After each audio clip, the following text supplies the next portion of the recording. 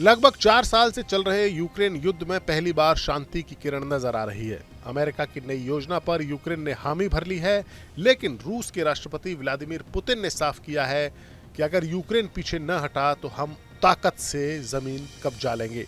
ये बात सुनकर यूक्रेन के राष्ट्रपति ज़ेलेंस्की दुविधा में फंस गए हैं। फरवरी 2022 में रूस ने यूक्रेन पर हमला किया था।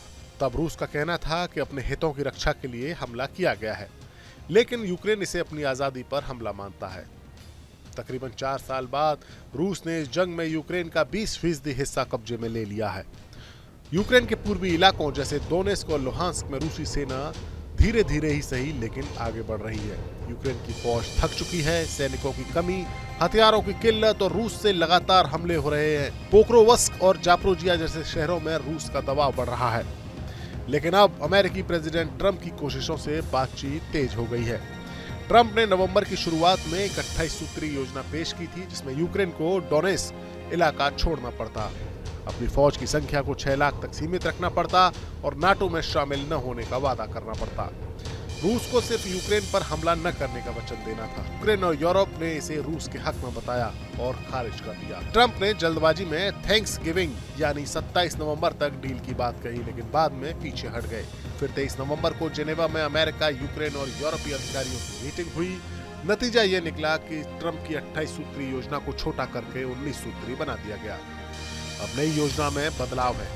सेना की सीमा 8 लाख तक रखने की छूट है, जो यूक्रेन की मौजूदा ताकत के करीब है। डोनेत्स्क जैसे इलाकों पर कब्जे की बात हटा दी गई है। ये बाद में राष्ट्रपतियों के बीच तय होगा। नेटो की सदस्यता का फैसला भी खुला छुड़ा है। योजना में बफर जोन बनाना, कैदियों का आदान प्रदान, यूक्रेन को अमेरिकी सुरक्षा की गारंटी, जिसके लिए यूक्रेन को पैसे देने होंगे, रूस का यूरोप पर हमला न करने का वादा और डैनिप्रो नदी से अनाज के निर्यात की राहत शामिल है। माफी योजना को भी बदला गया है। अब वो युद्ध पीड़ितों के लिए है, न कि युद्ध लड़ने वालों के लिए। यूक्रेन ने इस पर सहमति जता दी है। राष्ट्रीय सुरक्षा सलाहकार रुस्तेम उमेरोव ने कहा है कि मुख्य बिंदुओं पर सहमति बन गई है, सिर्फ छोटी मोटी बातें बाकी हैं। ज़ेलेंस्की वॉशिंगटन जाने के लिए तैयार हैं, शायद इसी हफ्ते, लेकिन चुनौती बड़ी है। ज़ेलेंस्की कहते हैं कि या तो ये बुरी डील है या फिर कोई डील ही नहीं होगी। दोनों ही डरावने हैं। यूक्रेन के लोग इलाका छोड़ना नहीं चाहते। सेना में भर्ती की समस्या है। यूरोपीय फंडिंग अगले साल से अनिश्चित है। रूस के हमलों से क्रामाटोर्स्क शहर ड्रोन बमों से त्रस्त है। पुतिन ने किर्गिस्तान दौरे पर कहा है कि ये योजना बातचीत की शुरुआत हो सकती है, लेकिन यूक्रेन को डोनेत्स्क के बाकी हिस्से छोड़ने होंगे। उन्होंने धमकी दी कि अगर यूक्रेन ने फौज नहीं हटाई तो हम ताकत से ले लेंगे। रूस ने इस योजना की समीक्षा करनी शुरू कर दी है। क्रेमलिन के सहायक यूरी उशाकोव ने कहा है कि कुछ अच्छा है, लेकिन इसकी गहराई से जांच जरूरी है।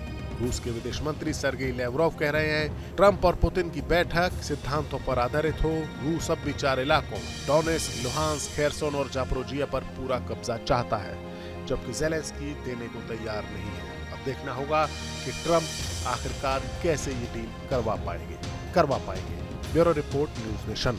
जहाँ भक्ति है हर शब्द में, कथाओं में छुपे हैं दिव्य रहस्य और ज्योतिष देता है जीवन को दिशा। धर्म से जुड़ी हर बातों को जानने के लिए हमारे चैनल स्तुति को सब्सक्राइब करें। चैनल पर जाने के लिए इस लिंक पर क्लिक करें।